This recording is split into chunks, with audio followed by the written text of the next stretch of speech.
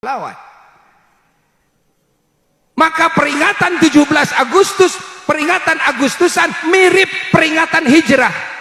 Hijrah mengingat perjuangan Nabi, sepak terjang Nabi. Agustus mengingat perjuangannya para leluhur-leluhur kita yang berjuang.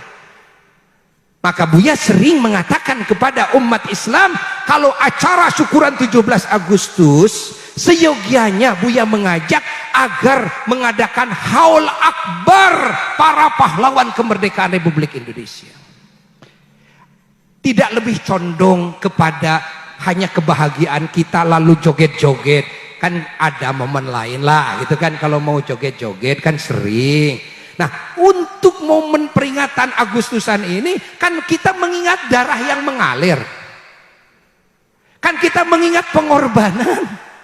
Yang mana leluhur kita sudah tidak menganggap nyawanya berharga, tidak menganggap jasadnya berharga, tidak menganggap daerahnya berharga. Mereka tidak peduli saya mau mati di mana, mereka tidak peduli anak saya di mana, matinya di mana, istri di mana, suami di mana, dan sebagainya.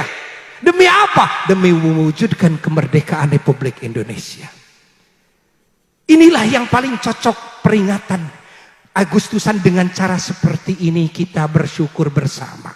Adakan tausiah-tausiah yang memberikan pencerahan kepada alam hati, alam pemikiran bangsa kita ini. Agar tidak salah dalam sikap bersyukur.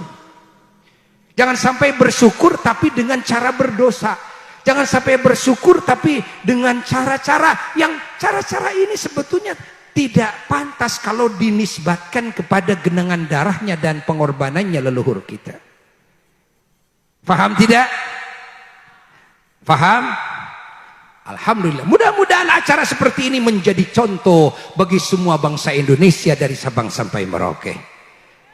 Sukses bagi pemuda Ansor dan wilayah Kabupaten Ciamis. Alhamdulillah sudah memberikan contoh bagi semua, bukan cuma bagi ansor-ansor yang lain, tapi bagi semua masyarakat bangsa Indonesia ini. Alhamdulillah. Begitu pula ini Ansor. Ansor ini dibangun, apa artinya Ansor?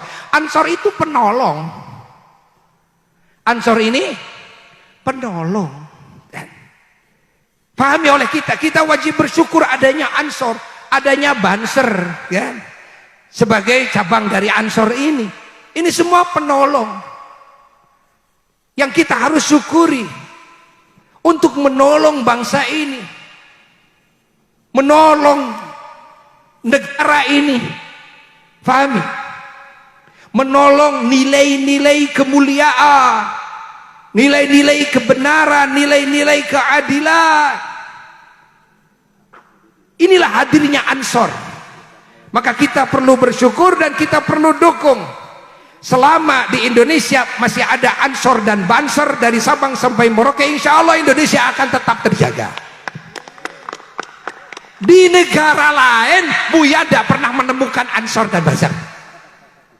Melancong ke banyak negara, ke banyak negara Timur Tengah, Eropa, ke sana ke sini. Buya terus melancong dari zaman masih belum menikah sampai sekarang, melancong ke sana kemari.